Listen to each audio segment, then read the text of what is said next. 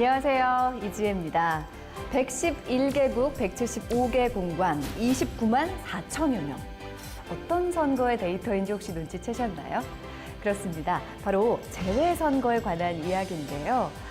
외국에서도 꼭 챙겨야 할 국민의 소중한 한 표. 오늘은 재외선거에 대한 이야기 나눠보겠습니다.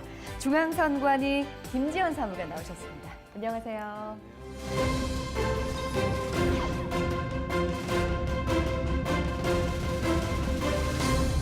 네, 그리고 MBN 이동석 기자 자리하셨습니다. 안녕하세요.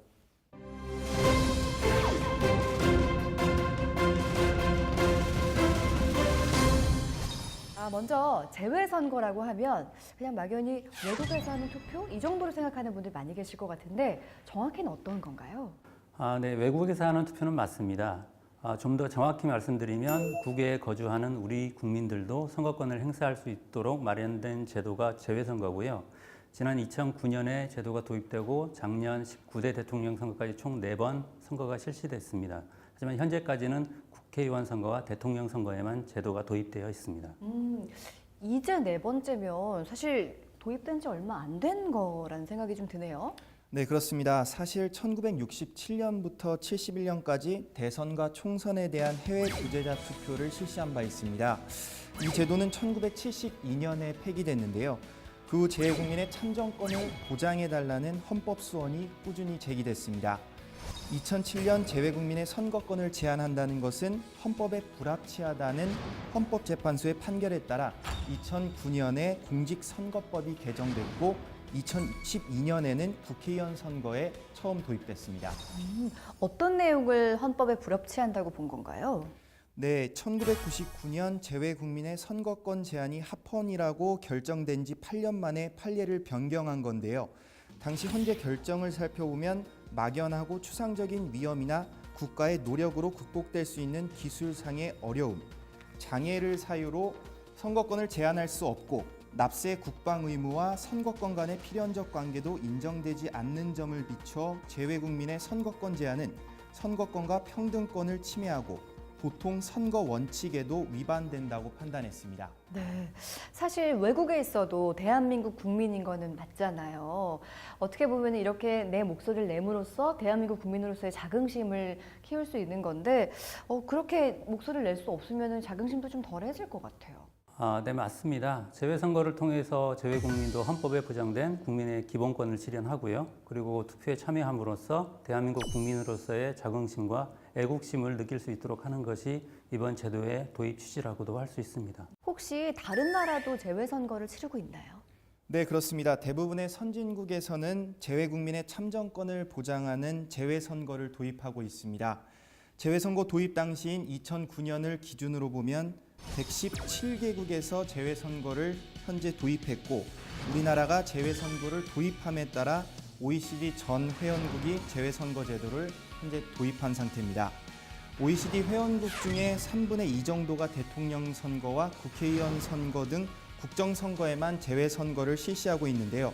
노르웨이, 덴마크, 스웨덴 등 10개국에서는 지방선거에도 재외선거를 현재 실시하고 있습니다.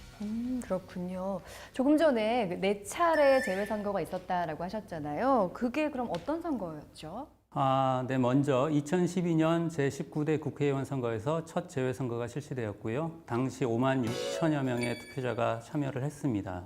그리고 같은 해에 18대 대통령 선거에서는 무려 15만여 명의 투표자가 참여를 해서 더 높아진 관심을 확인할 수 있었고요. 2016년에는 제20대 국회의원 선거가 실시됐습니다.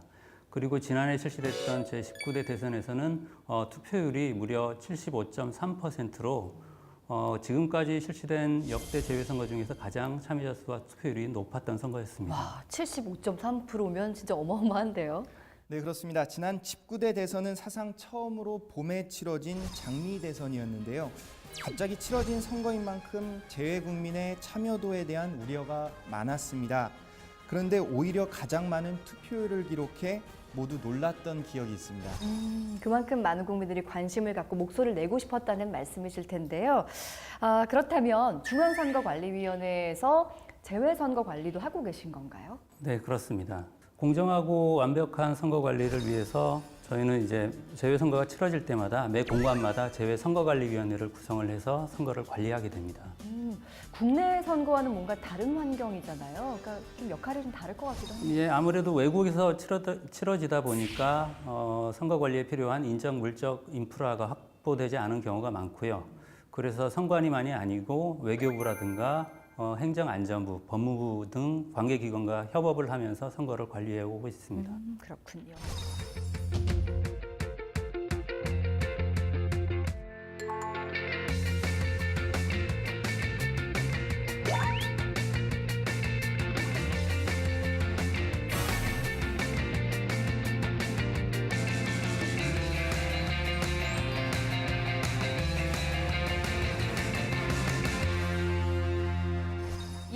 (2020년에는) 5번째 재외선거가 예정이 되어 있죠. 네, 2020년 4월 15일에 제21대 국회의원 선거가 실시가 됩니다. 네, 사실 주변에서 벌써 그렇게 됐구나 많이들 놀라실 것 같은데 2020년 국회의원 선거에 대해서 모르는 분들이 아직 많이 계시더라고요. 그래도 기자님은 알고 계셨죠? 저는 아무래도 국회 출입 기자라고 네. 알고 있었습니다. 네.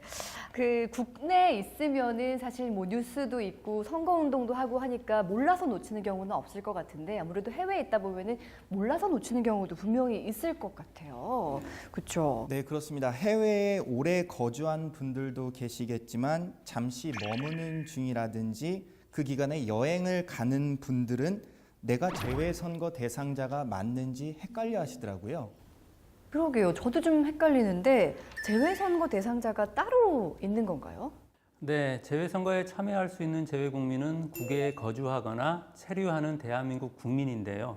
선거일 현재 19세 이상인 국민으로서 그 대상자는 재외선거인과 국외 부재자로 구분됩니다. 용어가 좀 어려운데요. 재외선거인 국외 부재자 어떤 차이가 있나요? 쉽게 생각을 하셨을 때 주민등록이 되어 있지 않다면 재외선거인이고요. 국내에 주민등록이 되어 있지만 외국에서 투표하려는 국민, 즉 여행자나 유학생, 상사 주재원 등은 국외 부재자에 해당합니다. 국내에서는 사실 별다른 신청 없이 투표가 가능하잖아요. 재외선거의 경우는 좀 다를 것 같은데 어떤가요? 네, 재외선거는 미리 신청을 해야 하는데요. 재외선거인과 국외 부재자는 신고 신청 기관과 방법이 조금 다릅니다. 먼저 재외선거인이라면 선거일 전 60일까지 재외선거인 등록 신청을 해야 합니다. 제21대 국회의원 선거에 참여하려면 2020년 2월 15일까지 재외선거인 등록을 마쳐야 하는데요. 공관을 방문하시거나 순회하는 공관 직원에게 신청할 수도 있고요. 전자우편이나 우편 혹은 중앙선거관리위원회 홈페이지에서도 간편하게 신청할 수 있습니다. 아무래도 간편하다 보니까 인터넷 신청이 가장 많겠네요. 네, 맞습니다. 전자우편이나 홈페이지를 이용한 신청이 가장 많고요. 총영사관 민원창구에서 바로 신청할 수도 있고 공관 직원들이 순회하면서 멀리 있는 분들의 신청을 돕기도 하고 있습니다. 신청을 해야 투표가 가능하니까 다양한 방법을 마련해 놓으신 거군요. 네, 그렇죠. 선관위에서 재외 유권자 의식 조사를 해보면 실제로 어떤 이유로 신고 신청을 하지 않고 아니면 뭐 투표를 하지 않았느냐라는 질문에 공관 방문이 어렵다는 대답이 가장 많았고요. 이를 개선하기 위해서 몇 가지 제도가 도입됐는데 그중에 인터넷을 이용한 신고 신청 제도가 가장 호평이 있었던 것으로 저희가 조사됐습니다. 그리고 그 제도와 함께 도입되었던 영구 명부제가 아마도 많은 도움을 주고 있는 걸로 생각이 됩니다. 영구 명부제 용어만 놓고 보면 그럼 영원히 명부에 있다 뭐 이런 얘기인 것 같은데 예, 어때요? 그 전까지만 해도 재외선거인들이 투표에 참여하기 위해서는 매 선거마다 재외선거에 등록 신청을 했어야 했습니다. 하지만 지금 재외선거가 많이 좀 진행이 되다 보니까 그 불편이 많이 제기가 돼서 이제 언제라도 상시적으로 재외선거인 등록 신청을 할 수가 있고요. 그리고 한번 만들어진 재외선거인 명부는 다음 선거 때까지 계속해서 쓸 수 있도록 한 제도입니다. 네. 이제 다만 2번 이상 투표를 하지 않은 경우에는 이제 재외선거인 명부에서 삭제가 되게 돼 있어요. 그렇기 때문에 다시 등록을 해야 하는 절차는 있습니다. 그러면 본인이 명부에 올라 있는지 아닌지 어떻게 확인할 수 있나요? 재외선거인으로 등록되어 있는지는 중앙선거관리위원회 홈페이지에서 확인하실 수 있습니다. 만약 등록이 되어 있지 않다면 신규 등록 신청을 하시고 등록이 되어 있더라도 정보에 변경이 있다면 변경 등록 신청도 하실 수 있습니다. 그럼 지금도 신청할 수 있는 건가요? 네, 작년에 제19대 대통령 선거 이후에 상시 등록이 다시 가능해졌고요. 2020년 2월 15일까지 신청하시면 됩니다. 선거 기간에 그러면 해외에 머물게 된 국외 부재자 경우에는 어떻게 하면 될까요? 선거 기간에 외국에서 투표하시려는 분들은 선거일 전 150일부터 선거일 전 60일까지 국외 부재자 신고를 하시면 됩니다. 그러니까 제21대 국회의원 선거에서는 2019년 11월 17일부터 2020년 2월 15일까지 신고를 해야 합니다. 신고 기간에 국내에 계시다면 구시군청에 장애게 하시고요. 그 기간에 외국에 나가 계시다면 공관에 신청서를 접수를 하면 되는데 아까 말씀드린 경우처럼 방문을 하시거나 혹은 우편이나 인터넷을 통해서 신청을 하실 수 있습니다. 네. 저도 궁금한 게 있는데요. 만약에 재외선거 신청을 했지만 여행 계획이 달라질 수가 있잖아요. 그럴 경우 투표 기간에 한국에 머물게 되는데 그렇게 되는 경우에는 좀 어떻게 되는 건가요? 근데 진짜 요즘 여행 계획 많이 세우시니까 많이들 궁금해하실 것 같아요. 그래서 같이 도입된 제도가 귀국 투표 제도입니다. 해외에서 재외 투표 기간이 개시되기 전에 국내에 입국하시는 경우에는 국내 입국을 증명하시는 서류를 가지고 주소지를 관할하는 구시군 선거관리위원회에 신고를 하시고요. 그러면 해당 선관위가 지정하는 투표소에서 선거일에 투표하실 수 있습니다.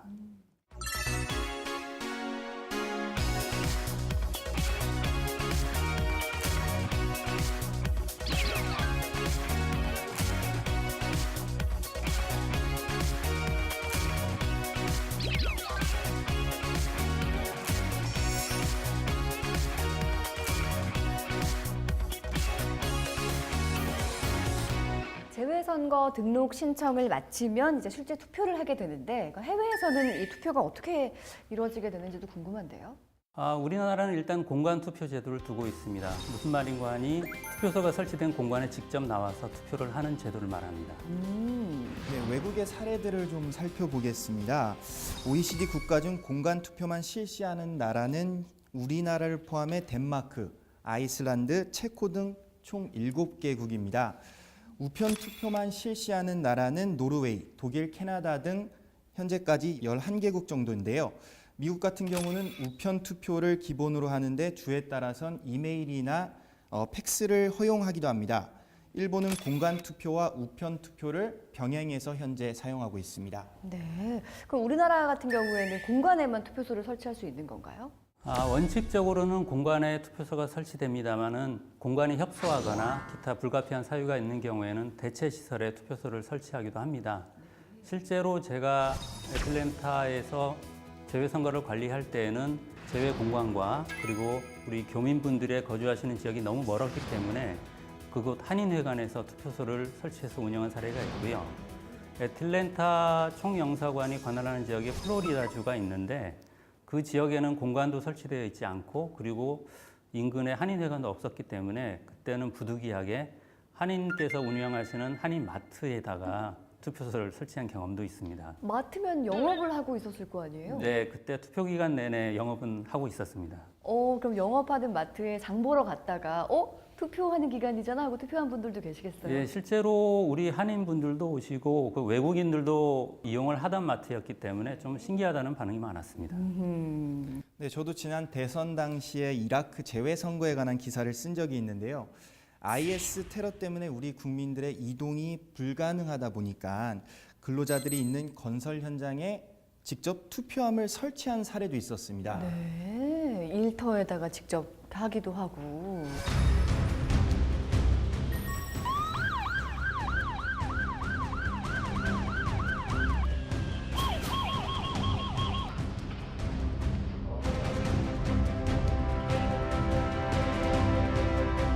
여러분들께서도 잘 아시다시피 이라크는 사실상 내전 상태에 있고 또 바그다드를 비롯해서 곳곳에서 테러 사건이 자주 발생함에 따라서 우리 국민의 여행이 원칙적으로 금지된 국가입니다.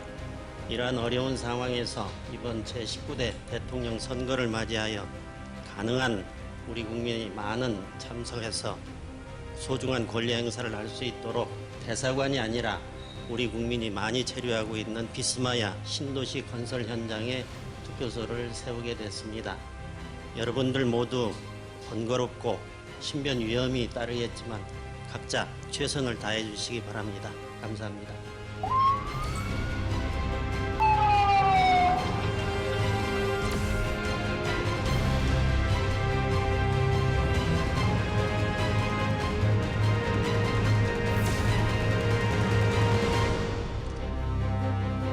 한 가지 좀 재미있는 사실은 투표가 6일간 실시되는데 이게 공관 현지 시각을 기준으로 합니다. 그래서 21대 국회의원 선거를 예로 들자면 2020년 4월 1일부터 4월 6일까지 매일 오전 8시부터 오후 5시까지 투표가 진행되는데 각 공관의 현지 시각을 기준으로 2020년 4월 1일이 되는 날 오전 8시가 투표 개시 시각이 되는 거죠. 네. 그걸 적용하면 뉴질랜드, 오클랜드, 피지가 가장 먼저 투표를 시작하게 되고요. 그리고 호놀룰루가 가장 늦게 투표를 시작하게 됩니다. 아, 국가별 시차 때문에 이게 조금씩 달라지겠네요. 네, 맞습니다. 그리고 한 가지만 더 말씀드리면 투표 기간 아까 제가 최장 6일이라고 말씀드렸지만은 이 기간은 그 공관에 있는 선거관리위원회가 따로 정할 수가 있습니다. 만약에 투표자 수가 적거나 그 선거인 수 밀집 지역이 아주 협소한 경우에는 좀 단축해서 운영할 수 있다는 얘기인데요. 지난 19대 대선의 경우에는 피지 동티모르, 이란, 이라크 등 국가에서는 4일간 투표소를 운영하기도 했었습니다. 그러니까 새삼 궁금해지는 게 국가별로 이렇게 투표율이 조금 다를 것 같은데 그러면 가장 투표율이 높은 나라는 어딘가요? 네, 제외 선거인 수가 가장 많은 주요 국가를 기준으로 보면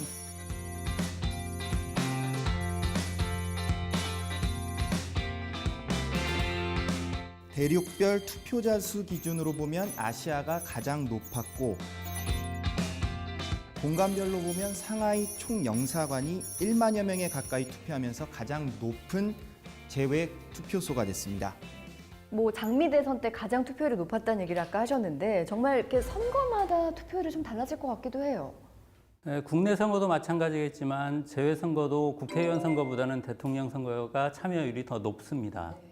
특히 19대 대통령 선거에 대한 제외 국민이 관심은 굉장히 높았고요.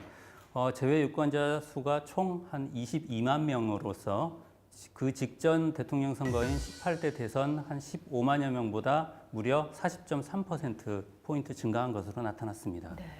저는 또 궁금한 게 개표는 어떻게 진행이 될까 너무 궁금하거든요. 이게 실어서 날라오는 과정부터가 굉장히 뭔가 보안이 중요할 것 같기도 하고요. 네, 제외 투표가 종료되면 외교 행랑에 담겨서 국내로 회송이 되고 그러면 국내 투표와 함께 개표가 되는 시스템이고요. 조금 더 구체적으로 말씀을 드리면 투표가 인천공항에 도착을 하게 되면 정당 참관인들이 보는 가운데 그 수량 확인을 거쳐서 우체국에 인계가 됩니다. 그러면 우체국에서는 그 구시군 선거관리위원회까지 등기 우편으로 발송을 하고요. 그러면 구시군 선거관리위원회는 정당 추천위원이 보는 가운데 그 투표지를 보관을 하게 됩니다. 그래서 선거일에 투표가 종료가 되면 개표장으로 이동을 해서 같이 개표를 하고 있습니다. 모든 과정에서는 정당에서 추천한 참관인이나 위원이 같이 참여하기 때문에 그 회송부터 개표 절차는 굉장히 공정하다고 할 수 있습니다. 그래서 좀 와야 하는 시간이 걸리기 때문에 미리 하는 거군요. 예, 국내에서 그렇습니다. 하는 한 국내 선거일 전 한 10일 전에 투표를 미리 하신다고 보면 됩니다. 거군요. 혹시 재외선거의 경우에는 선거운동의 방법에도 혹시 알아둬야 할 게 있을까요? 네, 일단 선거운동의 주체는 국내 공직선거법에 따라 선거운동을 할 수 있는 사람이라야 하고요. 먼저 상시적으로는 문자 메시지나 인터넷 그리고 전자우편 등을 통해서 선거운동을 할 수가 있습니다. 그리고 선거운동 기간 중에는 전화를 이용하거나 상대방과 대화하는 방법으로도 선거운동을 할 수 있고요. 다만 이외의 방법으로는 선거운동을 하실 수가 없습니다. 특히 단체나 그 명의 또는 그 대표자의 명의로 선거운동을 하는 것은 엄격하게 금지가 되어 있습니다. 네, 그리고 하나 더 유의하셔야 될 점이 있습니다. 바로 투표지 촬영 여부인데요. 2017년 제19대 대통령 선거에서 있었던 일을 소개해드리겠습니다. 제외 선거인이 제외 투표소에서 투표를 한 후에 바로 투표지를 촬영한 일이 있었는데요. 페이스북과 카카오 스토리에 공개해 바로 고발된 사건이 있었습니다. 그래요. 사무관님, 이게 촬영을 한 게 문제인 건가요? 아니면 촬영한 걸 올린 게 문제인 건가요? 일단은 여러 가지 인증샷의 유형이 있는데요. 요거 하나만큼은 꼭 아셔야 됩니다. 본인이 기표한 투표지를 촬영하는 것은 엄연한 위법입니다. 그렇군요. 이 부분은 정말 잘 알아두고 정말 주의를 잘 해야겠습니다. 예, 지금까지 재외선거에 관련된 내용을 좀 정리를 해보면요. 보통 국내에서 투표를 할 때는 별도 신청 절차도 필요가 없고 투표소도 가장 가까운 곳에 대부분 가서 하시면 되는 건데 그에 비해서 아무래도 재외선거는 절차나 방법이 조금은 번거롭게 느껴지실 수도 있을 것 같거든요. 그래도 참 다행스럽고 고마운 일은 해마다 재외선거에 관한 관심과 열기가 점차 이렇게 높아지고 있다면서요. 네, 그렇습니다. 동포사회에서는 이영 만리에서도 대한민국 국민으로서 소중한 한 표를 행사하겠다는 자긍심이 아무래도 클 수밖에 없는데요.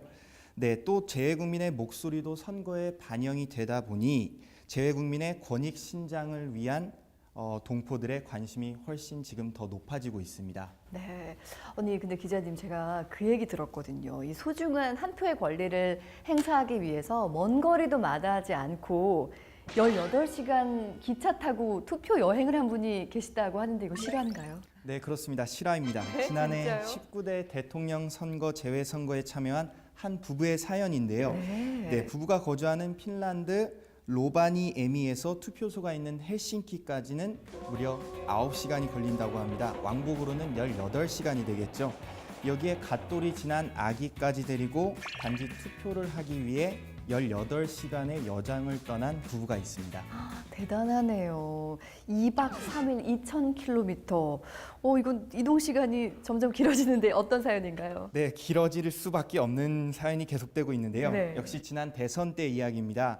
티베트 사원에서 수행 중인 우리 한국인 승려가 투표에 참여하기 위해서 3륜차와 버스 그리고 비행기까지 타고 무려 15시간 만에 투표소에 도착했다고 합니다. 심지어 승려시네요. 속세를 떠난 분도 우리나라의 국정에 너무나 관심이 많고 이렇게 생각을 갖고 계시기 때문에 함께 하신다는 게 참 감사하다는 생각을 하게 되는데요.